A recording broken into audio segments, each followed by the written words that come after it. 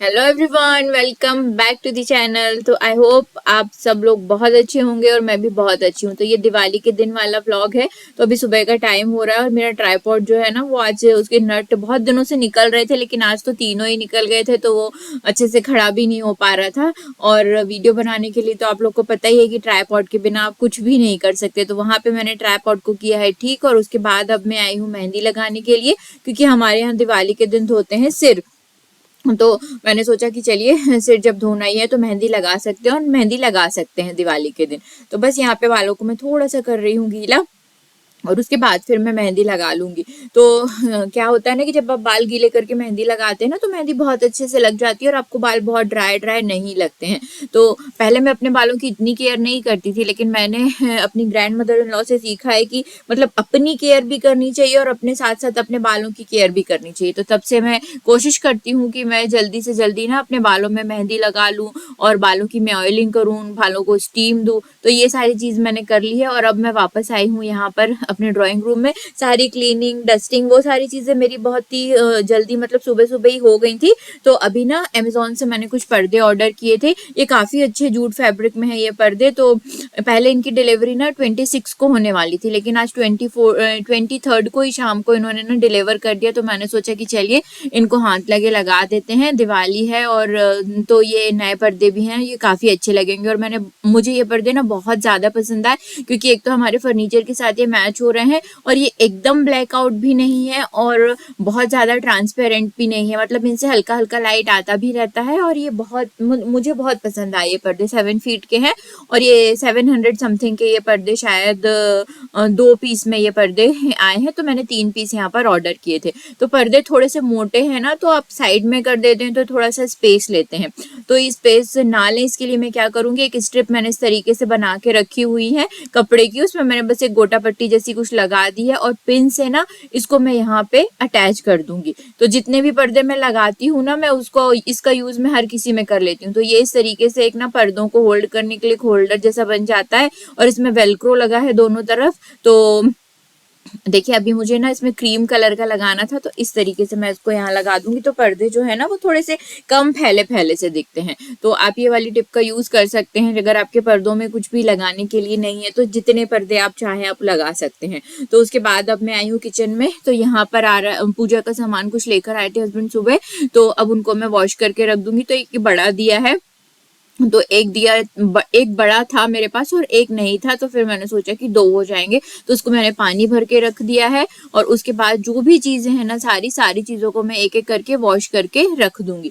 बहुत सारी पूजा की तैयारी जो है ना, वो मेरी पहले हो गई है। थोड़ा थोड़ा सामान मैं लेकर आई थी, लेकिन ये कुछ सामान है जो सिर्फ यहाँ गुजरात में उसी दिन ही मिलता है। तो जैसे सिंगाड़े हैं, सिर्फ उसी दिन ही आपको मिलते हैं। नारियल के जो एक्स्ट्रा रेशे थे, मैं उनको निकाल के नारियल को भी हम धोकर ही रखते हैं पूजा में। तो नारियल को भी मैंने धोकर रख दिया है। सारे फ्रूट्स मैं धोकर रखूंगी यहाँ पर। और यहाँ आम के पत्ते की बंधनवार नहीं मिलती है, यहाँ पर अशोक के पत्तों की बंधनवार यहाँ पर मिलती है। तो उसमें से कुछ पत्ते मैं कलश के लिए निकाल लूंगी, और कुछ पत्ते मैं सिंगल सिंगल निकाल के मैं उसकी बंधनवार बना लूंगी।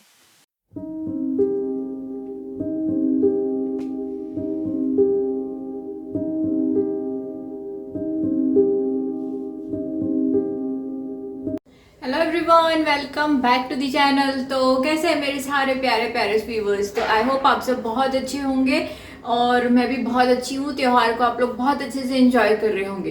तो अभी बज रहे हैं दोपहर के 1, और मैं आई हूँ। अब सुबह का सारा काम है ना जो खत्म हो गया, निपट गया है सारा। अब मैं जाके किचन में आई हूँ, तो मैं शाम के लिए ना भोग बनाऊंगी। तो धीरे धीरे करके ना सारे काम साथ में करते रहने पड़ते हैं, इसीलिए फिर मैं थोड़ा जल्दी बना लेती हूँ, क्योंकि 7 बजे तक पूजा का टाइम है। तो हम 7 बजे ही पूजा करेंगे। तो मुझे लगा चलिए थोड़ा अब कुछ अच्छे से ड्रेसअप हो जाए, क्योंकि डस्टिंग क्लीनिंग कुछ भी नहीं था, थोड़े बहुत जो काम थे वही थे। रोज की पूजा मेरी वो सब हो गई है।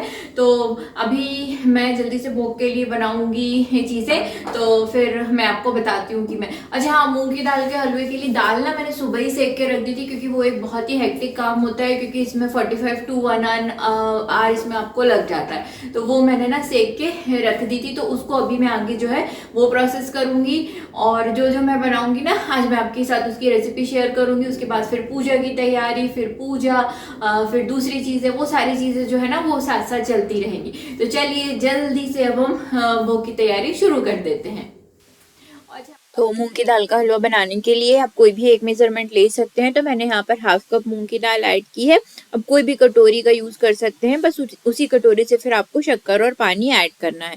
तो मूंग की दाल को 4-5 घंटे पहले सोक कर दीजिए और उसके बाद अच्छे से वॉश करके आप थोड़ा सा पानी डाल के इस तरीके से आपको इसको पीस लेना है। तो आप इसको फाइनली भी पीस सकते हैं, ये बहुत आसानी से पिस जाती है। इसके बाद कढ़ाई में मैंने लिया है घी, तो आप अपनी हिसाब से घी ले सकते हैं। तो मैंने यहाँ पर 3 बड़े चम्मच घी ऐड किया है और इसके बाद अब मैं इसमें ऐड करूँगी जो मूंग की दाल हमने पीस के रखी है ना वो। तो शुरू में जब आप घी में मूंग की दाल ऐड करते हैं ना तो वो थोड़ा रबर की तरह बिहेव करती है। अभी आपको लग रहा है कि घी बहुत ज़्यादा डाल दिया, लेकिन आप 2-3 मिनट में ही देखेंगे ना कि मूंग की दाल ने पूरा घी एब्जॉर्ब कर लिया है और वो रबर की तरह थोड़ी थोड़ी ना खिंचने लगती है। तो 10 से 15 मिनट आपको ना मूंग की दाल को थोड़ा सा जो मूंग की दाल पे काम करना है वो कठिन लगता है, लेकिन उसके बाद ना मूंग की दाल इतनी अच्छे से जैसे सूजी सिकती है ना उस तरीके से सिकने लगती है। तो शुरू के 10-15 मिनट आप उसको मीडियम टू लो फ्लेम पे अच्छे से उसको आप दबा दबा के स्पैचुला प्रेस कर करके सेकिए, ताकि वो गुठले इसमें बनते नहीं है, बस आपको चलाना है उसे अच्छे से। तो अभी आप देखेंगे कि थोड़ी देर के बाद ही ना इसके जो गुठले हैं ना ये सारे गुठले जो खत्म हो जाते हैं और ये बिल्कुल सूजी की तरह ये बिहेव करती है। और उसके बाद फिर थोड़ी देर के बाद क्या होता है कि ये जो है ना ये पूरा घी जो है वो रिलीज करना शुरू कर देती है।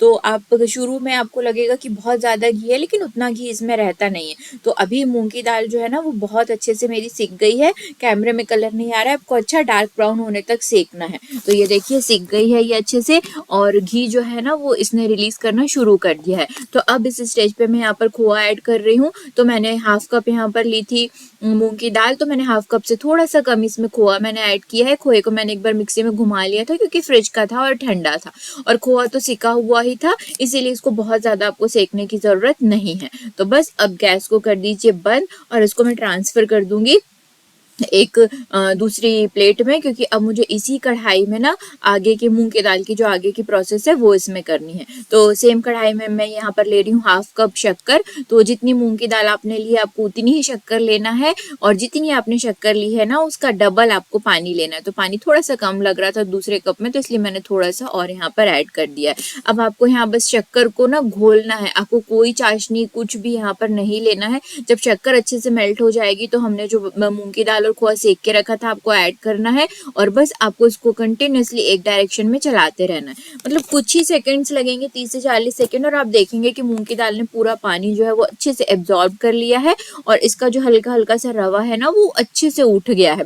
मतलब ये बहुत ज्यादा ना चिकना एकदम नहीं बनता है मूंग की दाल का हलवा। तो देखिए अच्छे से चलाते जाइए, इसने पूरा पानी अच्छे से एब्जॉर्ब कर लिया है। बस अब आपको इसमें अपने पसंद के ड्राई फ्रूट्स डालने हैं। तो बस यहाँ पर मैं इसे बादाम इसमें डाल रही हूँ, और गार्निशिंग के लिए थोड़ा सा मैंने बचा लिया है, तो बाद में मैं इसे गार्निश करूंगी थोड़े से सिर्फ बादाम से ही। तो यहाँ पर ये हलवा हो गया मेरा रेडी। तो एक बार जरूर इस मेथड से मूंग की दाल का हलवा आप ट्राई कीजिएगा। चलिए उसके बाद आ जाते हैं हमारी सब्जी पे। तो सब्जी मैं बनाने वाली हूँ उबले आलू की, एक अलग तरीके से मैं बता रही हूँ। तो ऑयल लिया है, इसमें मैंने राई, जीरा, थोड़ी सी हींग ऐड की है, करी लीव्स में और हरी मिर्ची मैंने यहाँ पर काट के इसमें ऐड कर दी है। और बस इसके बाद अब मैं इसमें ऐड करने वाली हूँ हल्दी। तो जितनी भी हल्दी मेरी सब्जी में लगेगी ना मैंने अभी इसमें ऐड कर दी है। आलू को मैंने पहले से बॉईल करके रखा था, तो इसमें मैं काट के डाल दूंगी, और कुछ आलू को ना मैं स्पैचुला से ही यहाँ पर मैश कर दूंगी, क्योंकि आलू जो मैश किए हुए रहते हैं ना वो सब्जी को एक बहुत ही अच्छा सा फ्लेवर देते हैं।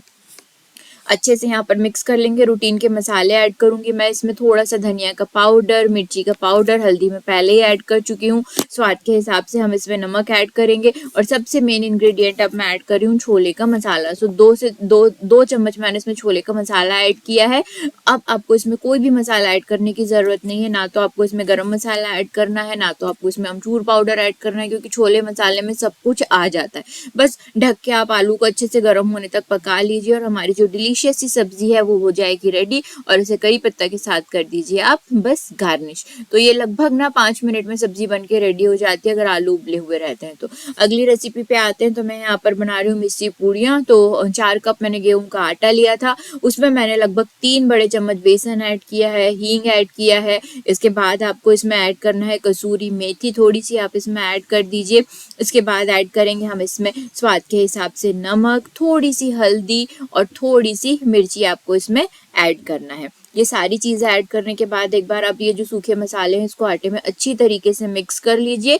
और इसके बाद इसमें हम ऐड करेंगे मोयन के लिए तेल। तो मैं नॉर्मल कुकिंग ऑयल यूज़ कर रही हूँ, नॉर्मल रूम टेम्परेचर का, ये कुछ गर्म नहीं है इसमें। लेकिन इसके बाद अब आप इसको मतलब एक इसका सख्त सा आपको डो बना लेना है। तो जो डो बना रही हूँ वो भी नॉर्मल टेम्परेचर के पानी से ही मैं डो बना के इसमें रख दे रही हूँ। बस बाद में आप नॉर्मल इसकी जैसी पूड़ियाँ बनाते हैं ना वैसी आप पूड़ियाँ बना सकते।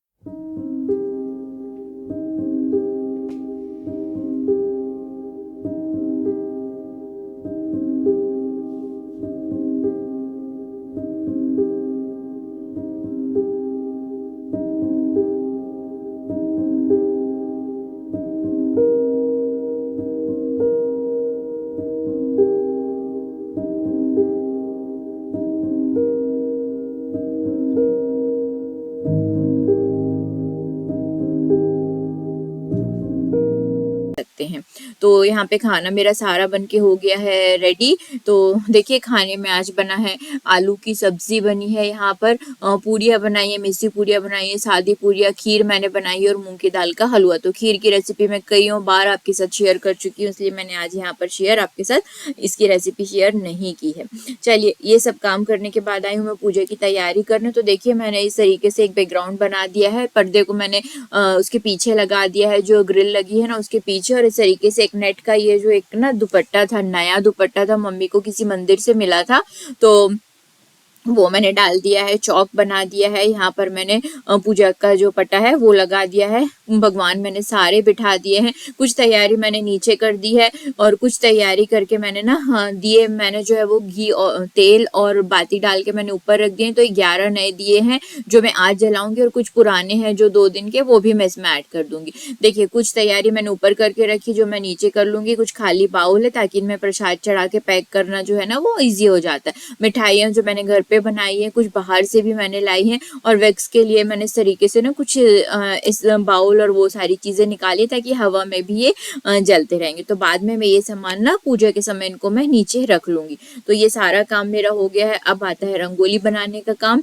तो मैं बहुत अच्छी नहीं हूँ रंगोली बनाने के मामले में, लेकिन फिर भी मैं आज कोशिश कर रही हूँ क्योंकि मैंने एक सांचा जो है ना वो लिया है। तो पहले एक गोल मैंने बना लिया था, उसमें छन्नी से कलर कर दिया और सांचे को रख के बस ये जो व्हाइट कलर है ना मैं इसके ऊपर अच्छे से स्प्रेड कर दूंगी। तो ये भी बनते बनते ही अच्छे से बनता है। मेरा पहला ही चांस था ये बनाने का, तो मेरे से ना जो व्हाइट कलर है वो बहुत अच्छे से स्प्रेड नहीं हुआ, लेकिन फिर भी हाँ रंगोली बन गई है। और क्योंकि शगुन होता है तो फिर भी मैंने रंगोली देखिए बना ली। इसके अलावा इसको मैंने थोड़ी सी जैसी मुझे डेकोरेट करते आती ना उस तरीके से मैंने इसको डेकोरेट कर दी। तो आपको मैं दिखाती हूँ कि घर के दोनों कॉर्नर्स पे ही देखिए मैंने ना रंगोली जिस तरीके से मुझे बनी उस तरीके से मैंने बना दी। और ये हमारे सामने उन्होंने देखिए कितनी ब्यूटीफुल सी रंगोली बनाई है।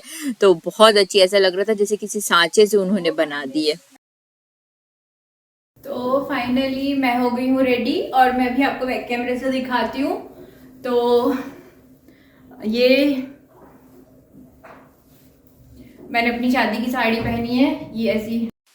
तो बस इसके बाद हमने करी थी पूजा और पटाखे हम ज़्यादा कुछ लाते हैं नहीं, इसीलिए मैं कुछ इसके बाद रिकॉर्ड कर भी नहीं पाई थी क्योंकि सुबह से और 3-4 दिन से इतना काम हो रहा था ना कि नींद भी पूरी नहीं हो रही थी। तो बस पूजा करी, खाना खाया क्योंकि व्रत रहता है इस दिन, शाम में ही एक टाइम खाना खाना होता है और उसके बाद फिर हम सो गए। तो बस आज का व्लॉग मैं करती हूँ यहीं पर एंड।